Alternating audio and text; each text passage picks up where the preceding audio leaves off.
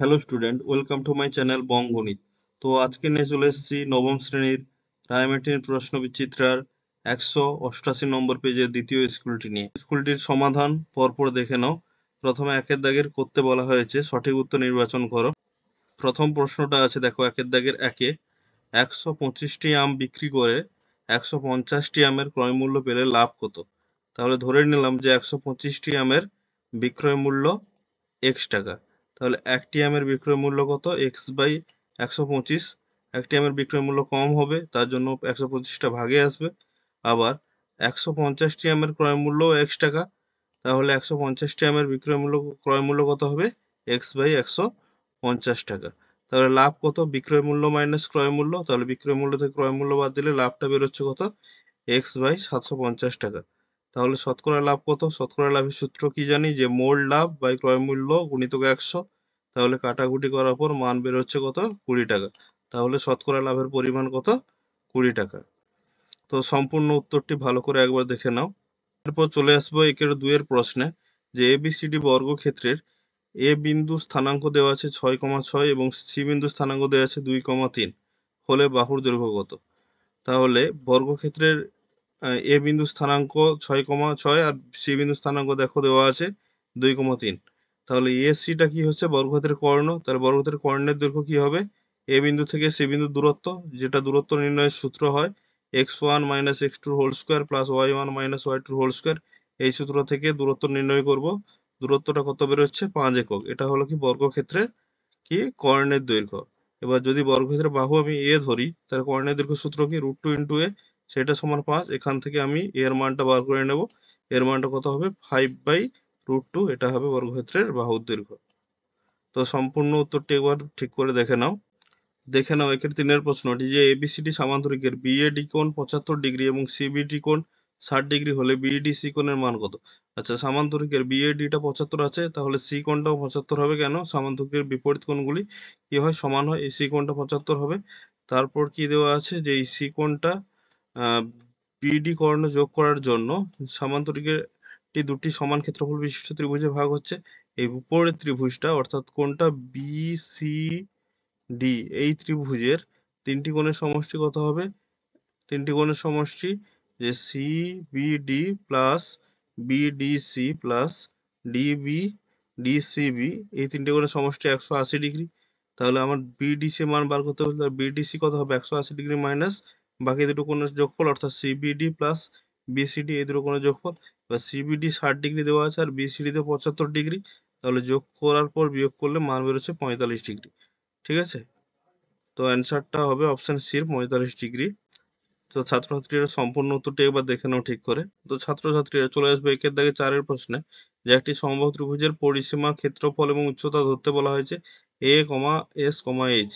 তাহলে হলে 2a/sh এর মান কত? তাহলে প্রথমে কি করে নেব? সমবাহু ত্রিভুজটা বাহুর দৈর্ঘ্য ধরে নেব x।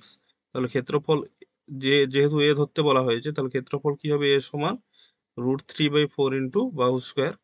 পরিসীমাকে s ধরতে বলা হয়েছে, তাহলে s সমান হবে কি, যে তিনটে বাহুর যোগফল অর্থাৎ 3x। আর উচ্চতাকে h ধরতে বলা হয়েছে, তাহলে উচ্চতা সমান, উচ্চতার সূত্র কি হবে? √3/2 ইন্টু বাহু। ঠিক আছে? এবার মান কার বার করতে বলা হয়েছে? 2a/sh। তাহলে কি বসাবো? 2 ইন্টু এর মান √3/x²/4 ইন্টু s এর মান 3x আর h এর মান 3x/2। যেহেতু উপরে মানগুলো বের করা আছে, তাহলে এরপর কি হবে? 2 যেমন আছে, √3x² যেমন আছে, এই দুইটা ভগ্নাংশে, যে ভগ্নাংশ থাকলে এই দুইটা উল্টে ওপরে যাবে আর এই 4টা নিচে আসবে। এবার কাটাকুটি করার পর মানটা কত বেরোচ্ছে? 1/3। ঠিক আছে? দেখে নাও ছাত্রছাত্রীরা সম্পূর্ণ সমাধানটি। 2-এর দাগের প্রথম প্রশ্নটা কি বলা হয়েছে, যে একটি দ্রব্যের ওপর পরপর 20% আর 10% ছাড় হলে সমতুল্য ছাড়ের পরিমাণ কত? তাহলে ধরে নিলাম দ্রব্যটার ধার্য মূল্য 100 টাকা।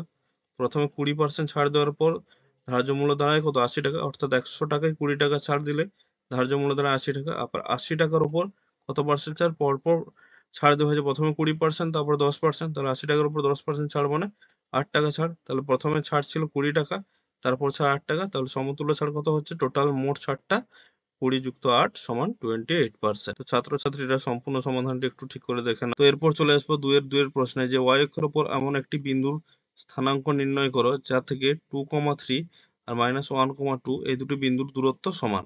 তাহলে ধরে নেব y অক্ষের উপর অবস্থিত বিন্দুটি হলো কত 0, a। কেন 0, a? যেহেতু y অক্ষের উপর অবস্থিত তার জন্য x এর স্থানাঙ্কটা 0 হবে, y আর y স্থানাঙ্কটা a ধরা হয়েছে। তাহলে 0, a থেকে 2, 3 এই বিন্দুর দূরত্ব সূত্র কি হবে x1 - x2 হোল স্কয়ার অর্থাৎ 0 - 2 স্কয়ার আর y1 - y2 হোল স্কয়ার অর্থাৎ a - 3 স্কয়ার। আর 0, a থেকে -1, 2 বিন্দু দূরত্বটা কত হবে 0 + a স্কয়ার আর a - 2 হোল স্কয়ার। ঠিক আছে, 0 - 2 মানে কত বেরোচ্ছে 2, 2 স্কয়ার কত হবে 4 আর a - 3 হোল স্কয়ার কত হবে a স্কয়ার - 2a + b স্কয়ারের সূত্র। আর 0 + 1 স্কয়ার কত হবে 1, যেহেতু 0 + 1 মানে 1, 1 স্কয়ার 1 আর এটা a - 3 হোল স্কয়ার সূত্র ফেলানো হয়েছে a - 2 K a square - 2a + b square.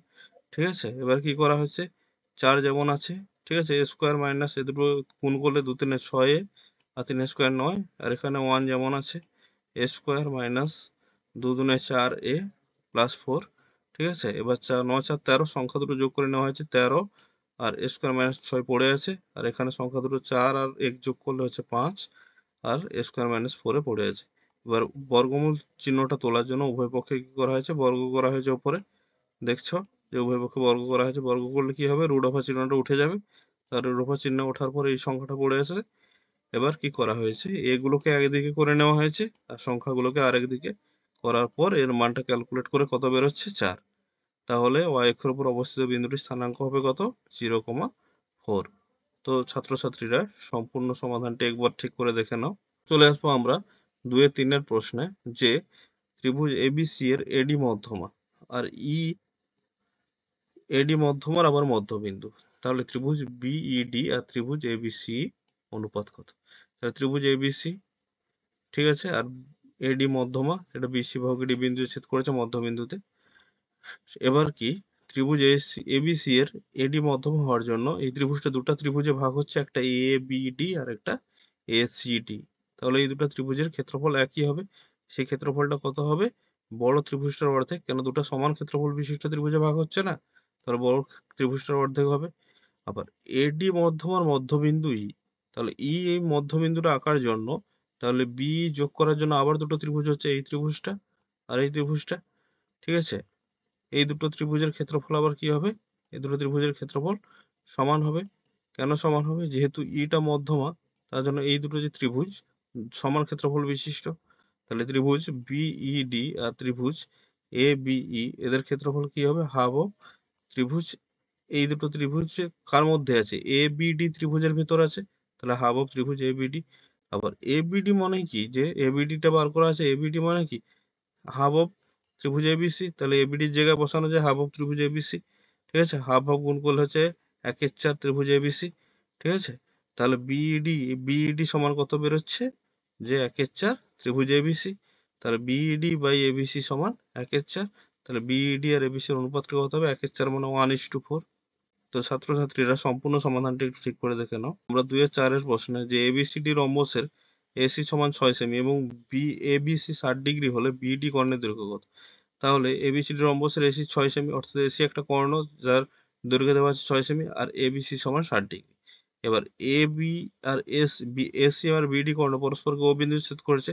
আর জানি আমরা কি রম্বসের কর্ণদ্বয় পরস্পরকে সমকোণে সমদ্বিখণ্ডিত করে।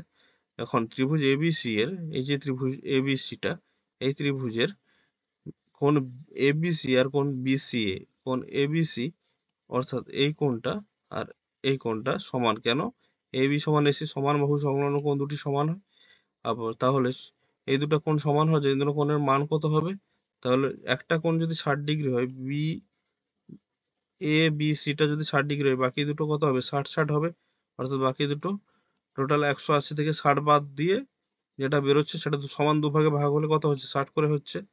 এবার ত্রিভুজ এবিসি একটি সমবাহু ত্রিভুজ, সমবাহু ত্রিভুজ হওয়ার জন্য তিনটে বাহু দৈর্ঘ্য সমান, অর্থাৎ এবি বিসি আর সি এই তিনটে বাহু দৈর্ঘ্য সমান এবি বিসি সি এ।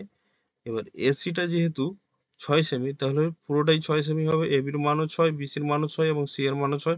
কেন এসিটা সেই ত্রিভুজেরই বাহু হচ্ছে, তাহলে তিনটে বাহু দৈর্ঘ্য সমান।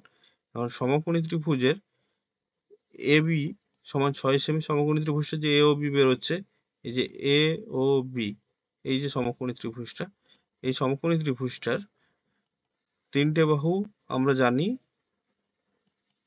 কি জানি যে এ বি 6 সেমি আর ও এটা জানি ও এটা কত ও এটা যেহেতু 6 তাহলে এসিটা যেহেতু 6 ও এটা হবে তার অর্ধেক অর্থাৎ 3 সেমি। এবার তাহলে এবি বাহুর দৈর্ঘ্য এখন সমকোণী ত্রিভুজ এ ও বি এর এবি 6 সেমি আর ও এটা কত হবে এসির অর্ধেক অর্থাৎ 6/2 3 সেমি। এবার আমরা জানি সমকোণী ত্রিভুজের অতিভুজ স্কয়ার সমান লম্ব স্কয়ার যুক্ত ভূমি স্কয়ার। এখান থেকে আমরা ক্যালকুলেট করে ওবির মানটা বের করব। ওবিটা কত বের হবে 3√3। এবার যেহেতু বিডি কর্ণটা কি ওবির অর্ধেক অর্থাৎ ওবির ডবল তাহলে কত হবে ডবল করে দিলে বিডি কর্ণের দৈর্ঘ্য পেয়ে যাব। দেখো না সম্পূর্ণ সমাধানটি একটু ঠিক করে দেখে নাও।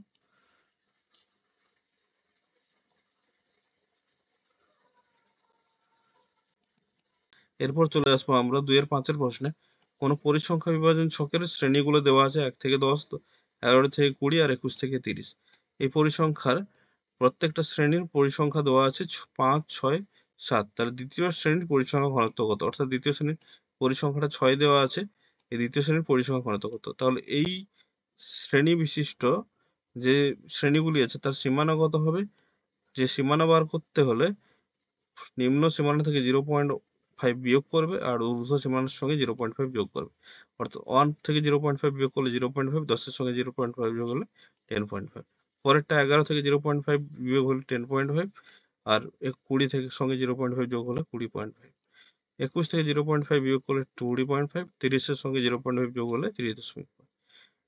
তাহলে শ্রেণী দৈর্ঘ্যটা কত হচ্ছে? ঊর্ধ্ব সীমানা মাইনাস নিম্ন সীমানা অর্থাৎ কত বেরোচ্ছে 10।